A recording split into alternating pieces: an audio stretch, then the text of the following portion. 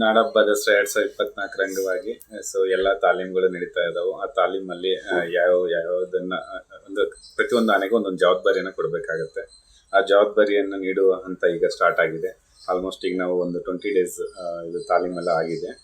ಈಗ ಜವಾಬ್ದಾರಿನ ಹಂಚುವ ಕೆಲಸನ ಮಾಡ್ತಾ ಇದ್ದೀವಿ.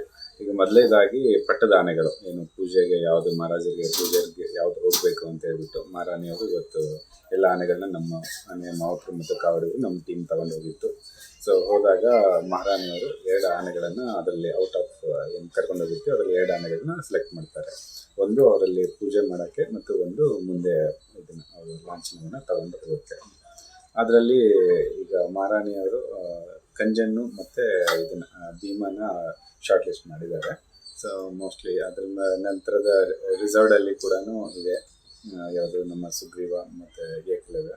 ಅದರಲ್ಲಿ ಮೊದಲೇ ಹಂತದಲ್ಲಿ 2 ಆನೆಗಳನ್ನು ಈಗ ಸೆಲೆಕ್ಟ್ ಮಾಡಿದ್ದಾರೆ. ಸಪೋಸ್ ಲಾಸ್ಟ್ ಹಂತದಲ್ಲಿ ಏನಾದರೂ ಆದರೆ ನಾವು ಬ್ಯಾಕಪ್ ಆಗಿ 2 ಆನೆಗಳನ್ನು ಅವ್ರು ಇಟ್ಕೊಂಡಿದ್ದಾರೆ. ಕಂಜನ್ನು ಮತ್ತು ಭೀಮನ್ನ ಅವರು ಗುರುತನ ಮಾಡಿದ್ದಾರೆ. ಅದರಲ್ಲಿ ಕಂಜನ್ನು ಪಟ್ಟದ ಆನೆ ಆಗುತ್ತೆ.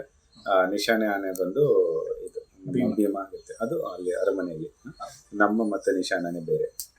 ಇಲ್ಲಿ ಮೇನ್ ಬಾವುಟ ಇಟ್ಕೊಂಡು ಹೋಗ್ಬೇಕು. ನಿಶಾನೆ ಬೇರೆ, ಅರಮನೆಯ ನಿಶಾನೆ ಭೀಮ.